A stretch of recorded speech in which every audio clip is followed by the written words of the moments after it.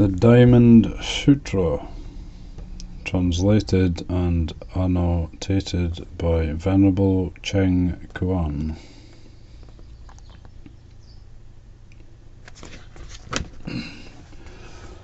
Namo Root Guru Sakyamuni Buddha.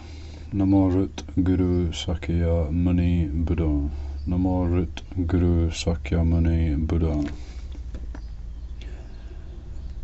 The supremely profound, wondrously sophisticated Dharma is hard to encounter in millions of kalpas, and now that I am able to hear, read, and uphold it, I wish to comprehend the real import of the thus Adventist. The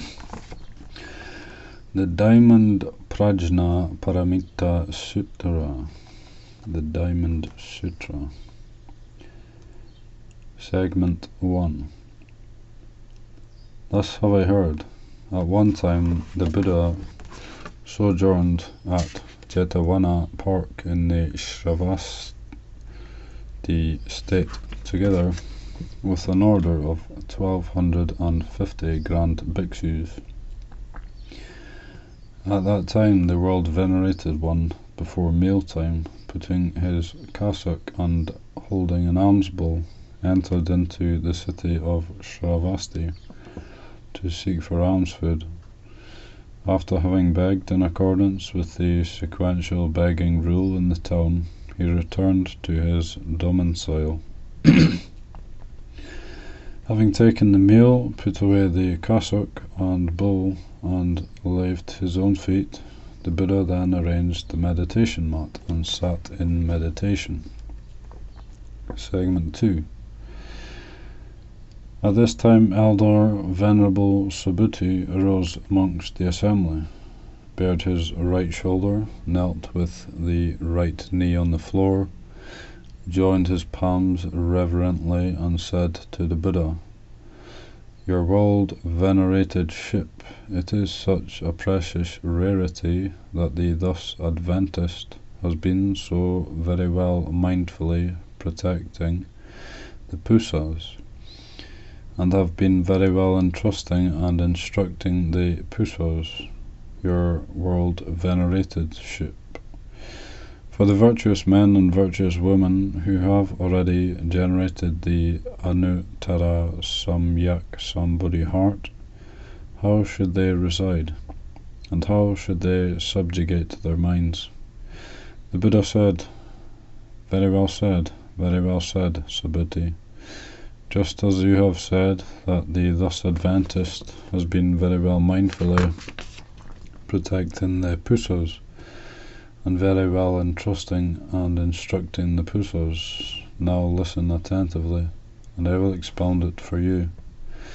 The virtuous men and virtuous women who have already generated the Anuttara Samyak Sambodhi heart should reside in this wise, and should subjugate their minds in this wise. Yes, your world venerated ship, we would like very much to hear your Holiness's instructions.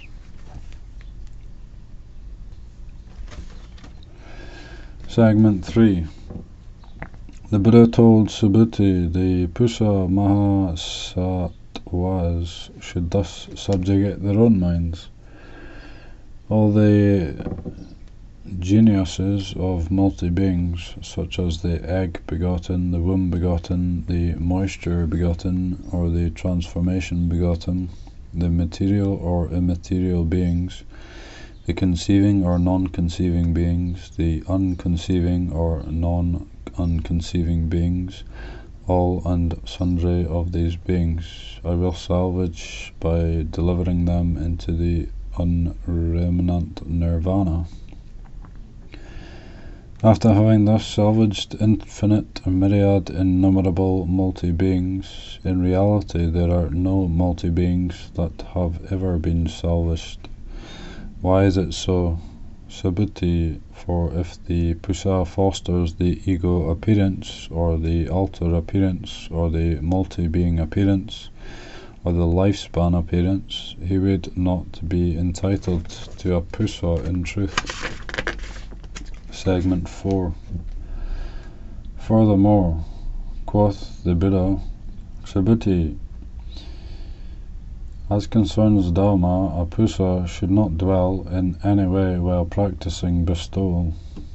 This would mean that he should not reside in matter while bestowing, nor should he reside in sound, smell, taste, tactile, or Dhamma while bestowing.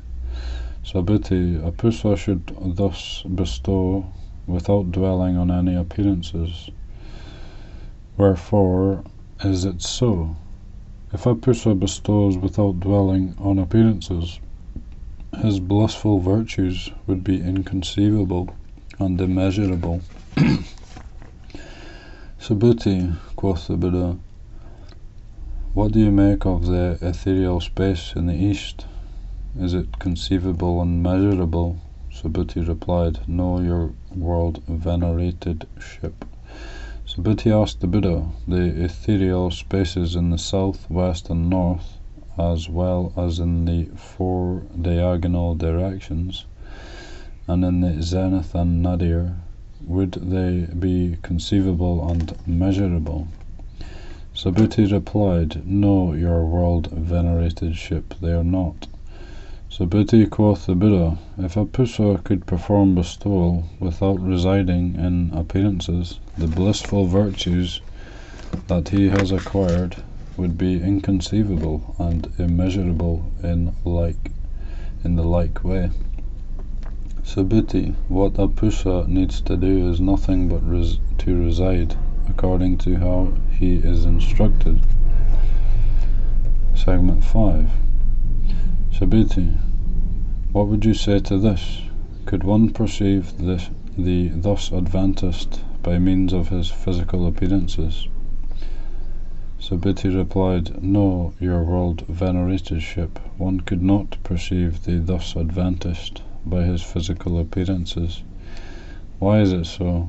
For the physical appearances that the thus advantaged has talked about are no physical appearances at all.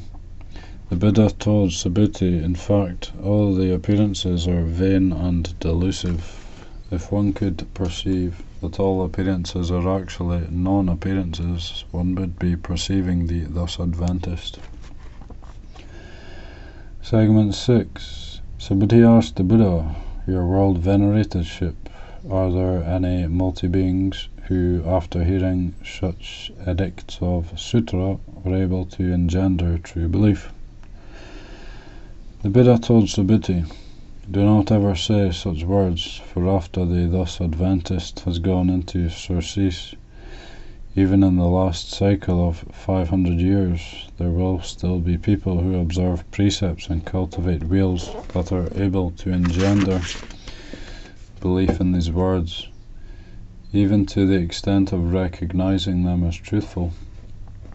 In this case, you should know that such people have already cultivated their own virtuous roots under the teachings of not just one Buddha, 2 Buddhas, or 3 or 4, 5 Buddhas, but in fact they have already cultivated their own virtuous roots at the places of myriads of thousands of Buddhas, so that on hearing these words again in this lifetime, they would be able to engender purified belief, even within a twinkling of time.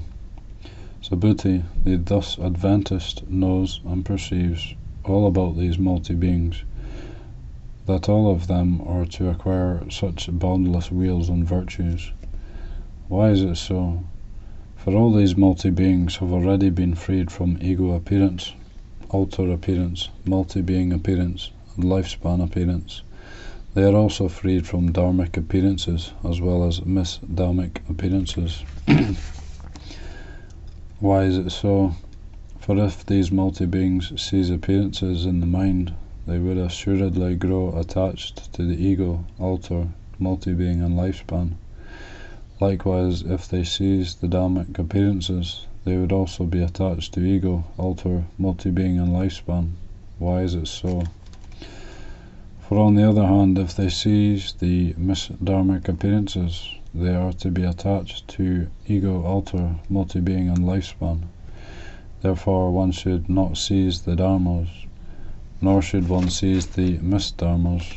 By this token, the thus Adventist is wont to divulge thus: You bhikshus should comprehend that the dharmas that I have divulged are to be likened to the analogue of a raft.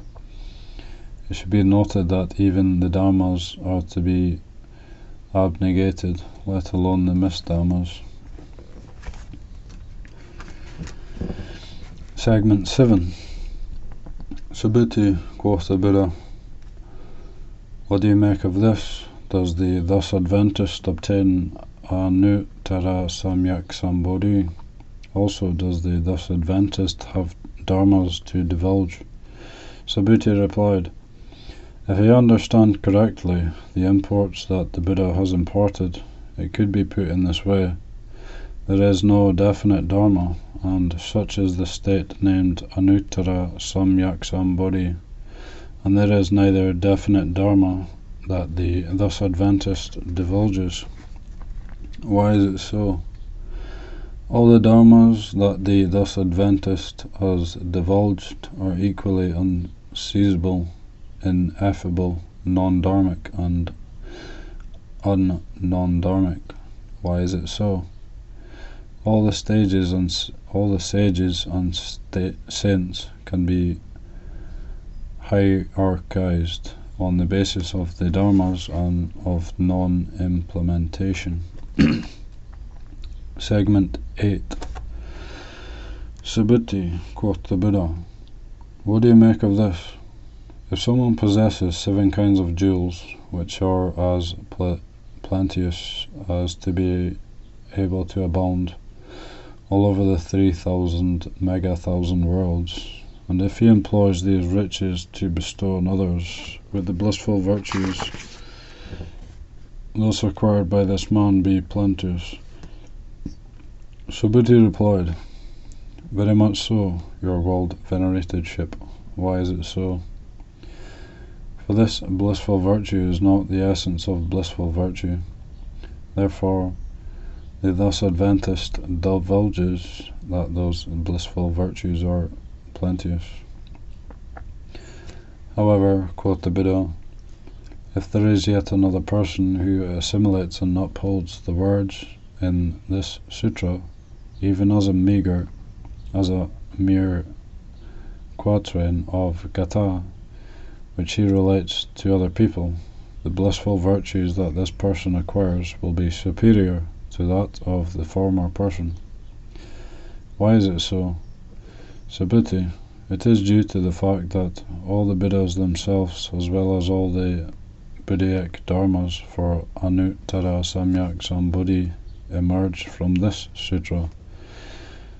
Subhuti, the so-called Buddhaic dharmas are non-Buddhaic dharmas, thus it is denominated as Buddhaic dharmas. Segment 9. Subhuti, quoth the Buddha, what do you make of this? Could a Srotapana make such an ideation as, I have obtained the consummation of Srotapanhood? Subhuti replied, no, your world veneratedship. Why is it so? For a Srotapana signifies stream entrance, yet in reality he never enters anywhere, for he never enters into either colour, sound, smell, taste, tactile, or dhamma, or consequence. He is entitled to the appellation of Srotapanna. Subhuti, quoth the Buddha, what do you make of this? Could a Shrakadagamin make such an ideation as, I have attained the consummation of Shrakadami Hood? Subhuti replied, no, your world veneratedship. Why is it so? For a Shrakadagamin signifies one coming and going, yet in reality he never comes or goes. Therefore he is entitled to the appellation of Shrakadagamin. Sabidi, quoth the Buddha, what do you make of this? Could an anagamin make such an ideation as, I have obtained the consummation of anagaminhood? Sabidi replied, no, your world venerated ship. Why is it so? For an anagamin signifies no returning. Yet in reality there is no unreturning, consequently. He is entitled to the appellation of anagamin. Sabiti, quoth the Buddha, what do you make of this? Could an arahat make such an ideation as, I have obtained the consummation of arhat way? Sabiti replied, no, your world venerated ship. Why is it so? For in reality there is no such dharma as arahathood. Your world venerated ship, if ever an arahat should make such an ideation as, I have attained the arahanthood, he would still be attached to ego, alter, multi-being and lifespan. Your world venerated ship, the Buddha has pronounced that I have attained the non-contention samadhi, which is the first and foremost status ever acquired by any person.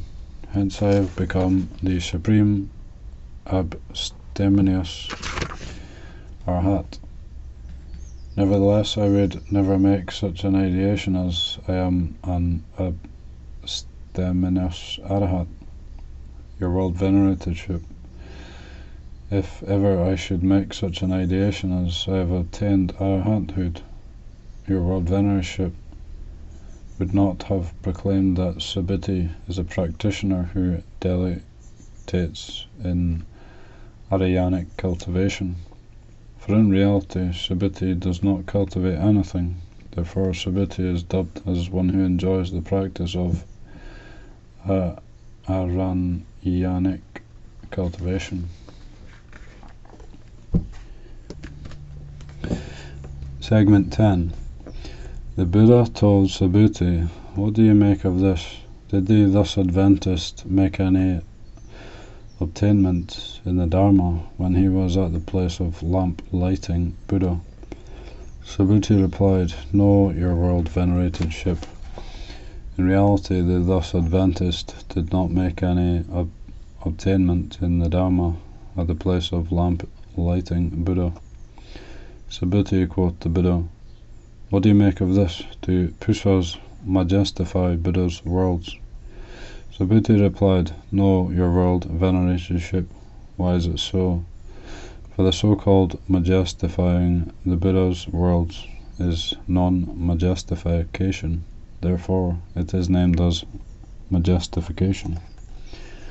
As a consequence, quoth the Buddha, Subhuti, all Pusas mahasattvas should generate the purified heart in such wise. They should not be attached to matter while generating the heart, nor should they be attached to sound, smell, taste, tactile or dhamma while generating the heart. They should not reside in any way while generating the heart. Subhuti, metaphorically speaking, if there is someone with a stature in the size of the Sumeru Mount, what would you consider this stature as enormous? Subhuti replied, very much so, your world venerated ship. Why is it so? For the Buddha says that it is non-stature, therefore it is termed as enormous stature. Segment 11. Subhuti, quoth the Buddha, for instance, if there are the Ganges rivers, as many as the sands in the Ganges, would you deem the sands in all these Ganges as numerous? Subhuti replied, very much so, your world venerated ship, for merely the numbers of the rivers themselves are so numerous as to be uncountable, yet alone the sands therein. Subhuti, quoth the Buddha, right now I would like to impart this truth to you. If there be some virtuous man or virtuous woman who would bestow on others 7 kinds of jewelries as copious as would be sufficient to abound all over the aforesaid Ganges-full sand numbers of the 3,000 megathousand worlds, would these men or women acquire bountiful, blissful virtues? Subhuti replied, It would be quite bountiful indeed, your world veneratedship. The Buddha told Subhuti, On the other hand, if certain virtuous men and virtuous women assimilate and uphold the words in this sutra, even as meagre as a mere quatrain of Gatha, which they then relate to other people, the blissful virtues that the latter acquire is far superior to that which is acquired by the former.